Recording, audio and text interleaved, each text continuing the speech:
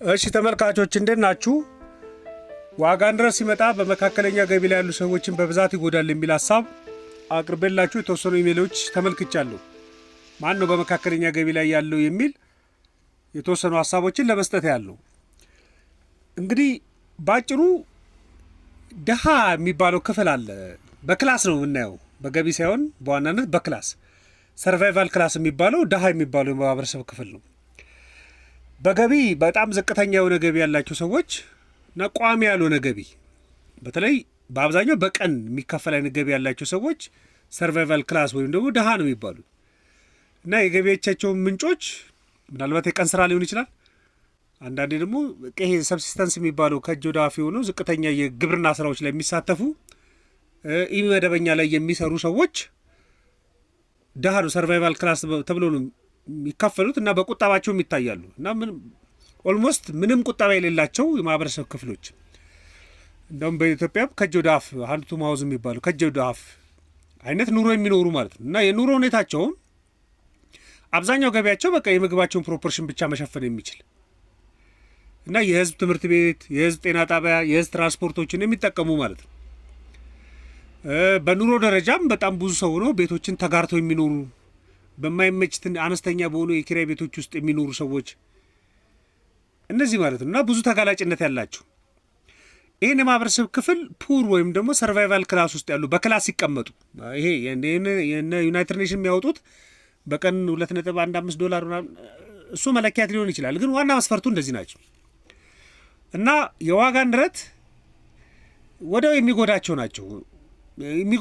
ኦፍኮርስ ግን ኤክስፔክቴሽናቸው ዝቅተኛ የሆነ ስለሆነ ከዚህ ቀደም እንዳቀረብኩላችሁ ምንድነው መንግስት በፖሊሲ ለመደገፍ የሚሞክረው እነዚህን ስለሆነ በተወሰነ መልኩ ይመዳሉ። በፊትም የህዝብ ትራንስፖርት የሚጠቀሙ ግን አቬሬጇ ትንሽ የምትጨምርባቸው ይሆናሉ። በመንግስት የሚደጎም የጤና ተቋምን የሚጠቀሙ በመንግስት የሚደጎም የትምህርት ሴክተርን የሚጠቀሙ ምናም ስለሆነ አብዛኛው ድጋፍ ላይ የተመሰረተ ስለሆነ ዋጋ ንረት ሲመጣ እዛው ድጋፍ ላይ ስለሚቆዩ የሚጎዱበት መጠን ዝቅተኛ ነው ተብሎ ነው የሚታሰበው። ኤኒዌይስ ግን ሰርቫይቫል ክላስ የሚባለው ይሄ ነው። ካዛንቺስ አላረጀችም፣ እንደ አዲስ ተዋበች እንጂ። እንደሚታወቀው ካዛንቺስ የብዙ ዓለም አቀፍ ተቋማት መገኛ ነች። በሀገራችን የሪል ስቴት ልማት ዘርፍ ፈርቀዳጅ የሆነውና የካበተ ልምድ ያለው አያት ሪል ስቴት በካዛንቺስ አዲስ መንደር በጥራት በመገንባት ላይ ነው። እጅግ ውብ በሆነ እይታ ካዛንቺስን እየቃኙ ህይወቶን የሚያድሱበት የመኖሪያ መንደር ከ600 ሺህ ብር ጀምሮ እስከ 20% ቅናሽ የተደረገባቸውን ቤቶች በ15% ቅድመ ክፍያ በኢትዮጵያ ብር ተዋውለው የቤት ባለቤት ይሁኑ። በካሬ ከ89 ሺህ ብር ጀምሮ ከባለ 1 እስከ ባለ 4 መኝታ ቤቶች ከተጨማሪ የሰራተኛ ክፍል ጋር። በተጨማሪም በሲኤምሲና በአያት ያለቁ ቤቶችንና የንግድ ሱቆችን ይዘንላችሁ መጥተናል።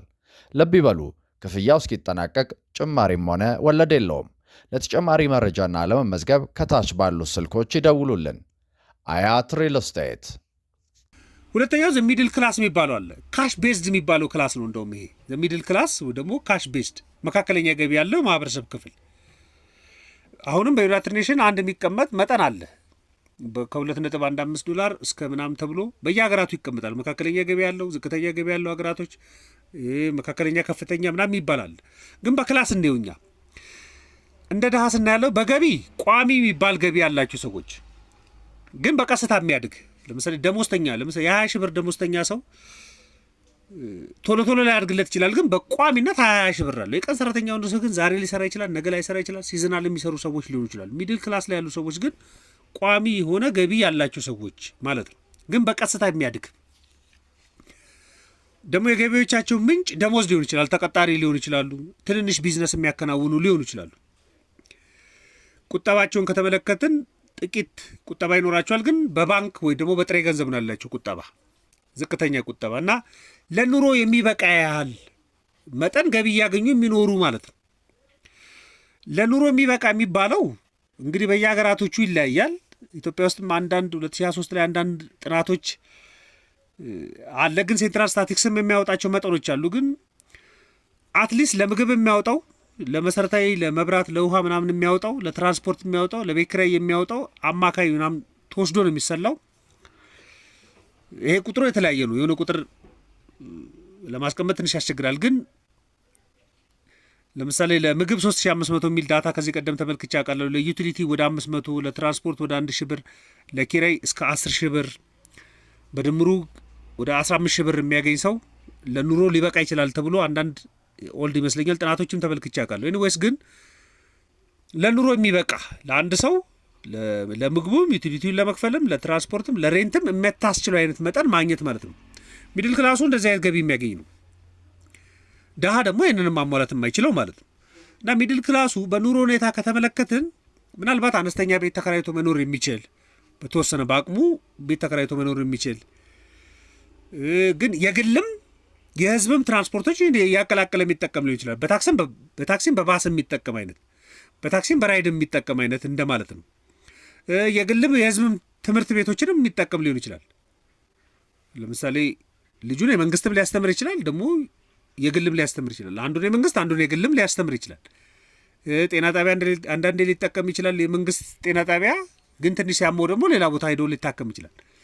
ትራንስፖርትም በተመሳሳይ እንደዚህ ካራክተር ያለው ሲሆን ደግሞ የተወሰኑ መሰረታዊ መገልገያዎችን ደግሞ በራሱ ያለው ሊሆን ይችላል። እንደ ድሮ መለኪያ ሊቆጠር ይችላል። ግን ቤት ውስጥ መሰረታዊ የሚባሉ መገልገያዎች ያሉት ሊሆን ይችላል። አንዳንድ ሚድል ክላሱን እቅድ ያለው ይላሉ። በቃ ከተማርኩ ሊያልፍልኝ ይችላል፣ ልለወጥ ይችላል ምናምን የሚል ፕላን የሚያስቀምጥ ግን የተበጣጠሰ ፕላን ነው። ምክንያቱም በሌለ ላይ ስለሆነ ፕላን የሚያደርገው ደግሞ እዚህ ሲጨምርልኝ ተመሬ ሲጨርስ ልክ ስመረቅ ሰርቲፊኬት ሳገኝ የሚሉ ተስፋዎች ውስጡ ያሉበት አይነት ባህሪ ሲኖር እና ኤክስፔክቴሽኑም ከፍተኛ የሆነ ነው። በቃ ትምህርት ይከፍለኛል ስለሚል ሚድል ክላሱ ነው በመማር ራሱን የሚያጠፋው እንጂ ሀብታም በመማር በብዛት ጊዜው ላይ ያጠፋ ይችላል። ድሃ የሆኑ ሰዎችም መማር በጣም የሚፈልጉ ነገር ግን ሰርቫይቭ ኢሹ ስላለባቸው መማር ላይ ላያተኩሩ ይችላሉ። መካከለኛ ገቢ ላይ ያለው ግን መማር ላይ መከራውን ሲበላ ነው የምትመለከቱት። ምክንያቱም ትምህርት ወደፊት ይከፍለኛል፣ የተሻለ ገቢ እንዳገኝ ያደርገኛል ብሎ የሚያምን ነው። ቁጠባ ላይ የሚሞክር ነው። በቃ ለወደፊት ይጠቅመኛል እያለ ከገቢ ላይ ለመቆጠብ የሚሞካክር ነው። በቃ ጠንክሮ መስራትም ይጠቅመኛል ብሎ የሚያምን ነው መካከል ገቢ ላይ ያለው የማህበረሰብ ክፍል እና ይሄ ዋጋ ንረትም የሚጎዳው ነው። ደሞዙ ሊቀንስበት ይችላል። ትንሽ የቆጠባትንም አይደለም መካከለኛና ደሃ ገቢ ላይ ያሉ ሰዎች የቆጠቡትን ነው እኮ ነው ሀብታሙ የተበድረው ስራ የሚሰሩበት። ስለዚህ ቁጠባውንም ያናጋበታል፣ ደሞዙንም ይቀንስበታል። በቃ አንዳንዴ ዋጋ ንረት ሲኖር በቃ ቅንጦት የሚባሉትን ይተውና ወደ መሰረታዊዎቹ ሊንሸራተትም ይችላል። ይህም ሚድል ክላስ ላይ ያለ ሰው የሚባለው እሱ ነው። ለምሳሌ 15,000 ብር ቢሆን አንድ ሰው ለኑሮ የምትበቃ ትንሽዬ ቤት ተከራይቶ ምግቡን ችሎ ትራንስፖርቱን ችሎ የሚፈልገውን ነገር በተወሰነ መልኩ በአቅሙ እንኳን እያወጣ የሚኖረው ከተባለ ይህን የቤተሰብ ቁጥር ከጨመራችሁት እየበለጠ ሊመጣ ይችላል። 2 ከሆኑ ምናልባት 20,000 ብር ሊደርስ ይችላል። 3 ከሆኑ 25,000 ብር ሊሆን ይችላል። ምክንያቱም አንድ ቤት ከሆነ የተከራዩት ሁሉም ላይ ኪራይ ሊደመር አይችልም። ለምሳሌ በ10,000 ብር ቤት ተከራይቶ የሚኖሩ ሰው አንድ ሰው ካለ ቢያገባ ኪራይ ስቲል 10,000 ብር ነው። ስለዚህ የምግብ ወጪ ነው ሊጨምር የሚችለው፣ የትራንስፖርት ወጪ ነው ሊጨምር የሚችለው። 3 አንድ ልጅ ቢጨምሩ ሬንት ስቲል 10,000 ብር ሊሆን ይችላል። ግን የሚጨምረው ሌሎቹ ሊሆኑ ይችላሉ። ግን ለኑሮ የሚበቃ የምትባለዋን እየሸፈነ የሚሄድ ከሆነ እሱ ሚድል ክላስ ነው የሚባለው። እሱ ካዛንችስ አላረጀችም፣ እንደ አዲስ ተዋበች እንጂ። እንደሚታወቀው ካዛንችስ የብዙ ዓለም አቀፍ ተቋማት መገኛ ነች። በሀገራችን የሪል ስቴት ልማት ዘርፍ ፈርቀዳጅ የሆነውና የካበተ ልምድ ያለው አያት ሪል ስቴት በካዛንችስ አዲስ መንደር በጥራት በመገንባት ላይ ነው። እጅግ ውብ በሆነ እይታ ካዛንችስን እየቃኙ ሕይወቶን የሚያድሱበት የመኖሪያ መንደር ከ600,000 ብር ጀምሮ እስከ 20% ቅናሽ የተደረገባቸውን ቤቶች በ15% ቅድመ ክፍያ በኢትዮጵያ ብር ተዋውለው የቤት ባለቤት ይሁኑ። በካሬ ከ89,000 ብር ጀምሮ ከባለ 1 እስከ ባለ 4 መኝታ ቤቶች ከተጨማሪ የሰራተኛ ክፍል ጋር።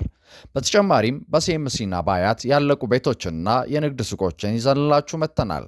ልብ ይበሉ፣ ክፍያው እስኪጠናቀቅ ጭማሪም ሆነ ወለድ የለውም። ለተጨማሪ መረጃና ለመመዝገብ ከታች ባሉት ስልኮች ይደውሉልን። አያት ሪል ስቴት። ሀብታም ደግሞ የሚባሉት አሉ። ይሄ ክላስ አሴት ክላስ ነው የሚባለው። አሴት ቤዝድ ክላስ ነው፣ ንብረቶች ላይ የሚያተኩሩ ማለት ነው። በገቢ ካያችሁት ከፍተኛ ነው፣ ተለዋዋጭ ነው። ልክ ዋጋ ንረት ሲመጣ እየጨመረ የሚሄድ ነው። በየጊዜው የሚያድግለት ነው ከፍተኛ የሚባለው መጠን። የቢዝነስ ምንጩ የገቢ ምንጩ ከተባለ ደግሞ ቢዝነስ የሚሰራ ነው፣ ንብረቶችን የሚያፈራ ነው፣ ከንብረቶቹ ላይ የኪራይ ገቢ የሚያገኝ ነው፣ ኢንቨስትመንት ላይ የሚሳተፍ ነው፣ ኔትወርክ ላይ የሚሳተፍ ነው፣ የውጭ ምንዛሬ ግብይቶች ላይ የሚሳተፍ ነው፣ እነዚህዎች ላይ የሚሳተፍ ነው። ቁጠባም ካያችሁ እንደው ቁጠባ ላይ የተከፋፈለ ነው። ዝም ብሎ ማጠራቀም ሳይሆን ቁጠባው ግን ወደ ንብረት የዞረ አይነት ቁጠባ እንደዚህ አይነት ካራክተር ውስጥ የሚያሳልፍ ነው ሀብታም የሚባለው አሴ ክላሱ ማለት ነው። የኑሮ ሁኔታውንም ከተመለከትን ንብረት ያለው ነው። የግል ትምህርት ላይ የሚሳተፍ ነው። ሀብታም ሆኖ በመንግስት የሚደጎሙ የጤና ጣቢያዎች ላይ ላይገኝ ይችላል። የመንግስት ትምህርት ቤቶች ላይ ላይገኝ ይችላል። የግል ትምህርት ቤትና የግል የጤና ተቋሞችን አክሰስ የሚያደርግ ነው። በቃ ትራቭል የሚያደርግ ነው። ወደ ውጭ ጉዞ ያለውበት ነው። የውጭ ምንዛሬ አክሰስ ያለው ነው። በቃ ፍጆታው ከሰርቫይቭ የወጣ ነው። በቃ የቅንጦት የሆኑ ፍጆታዎች ያሉበት ነው። ይሄ ሰርቫይቭ ያደርጋል። ዋጋ ሲመጣ ዋጋ ሊጨምር ይችላል። ንብረቱን እያበዛ ይሄዳል። ደግሞ የሚበደርም ከሆነ ደግሞ የመበደር ዋስትና ያለው ደግሞ ይሄ ሪች የሚባለው ፓርት ነው። መካከለኛ ገቢ ላይ ያለው የመበደር አቅም የለውም፣ ድሃም የመበደር አቅም የለውም። ስለዚህ ለእንደዚህ አይነቱ ክፍል ሀብታም ለሚባለው ዋጋ ንረት እንደ ስጋት ሳይሆን እንደ እድልም ሊቆጠርለት ይችላል። ስለዚህ የክላስ ልዩነቱ ከዚህ ነው የመጣው። ድሃ ለህልውናው የሚታገል ነው፣ ሰርቫይቫል ሞድ ውስጥ ያለ ህዝብ ነው። ሀብታም የሚባለው ደግሞ ሀብትን ለመጨመር ለማስፋት የሚጨነቀው ክላስ ነው። መካከለኛ ገቢ ላይ ያለው ግን እዛችሁ ላይ እንዴት ነው ስቴብሎኝ መቆየት የምችለው? ጸንቶ መቆየት የሚባለውን ካልኩሌሽን በሙሉ ሲኖር እሱን ሲያሰላ የሚኖር ነው። ሀሳቦቹ እነዚህ ናቸው።